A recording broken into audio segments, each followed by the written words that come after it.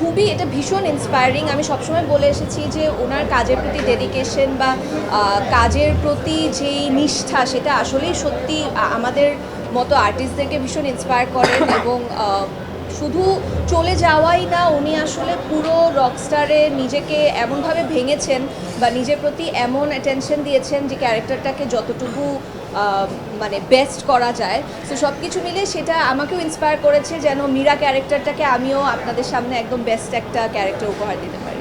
আর সাকিব খানের সাথে কাজ করার মানে আসলে অভিজ্ঞতাটা কেমন ছিল রকস্টার?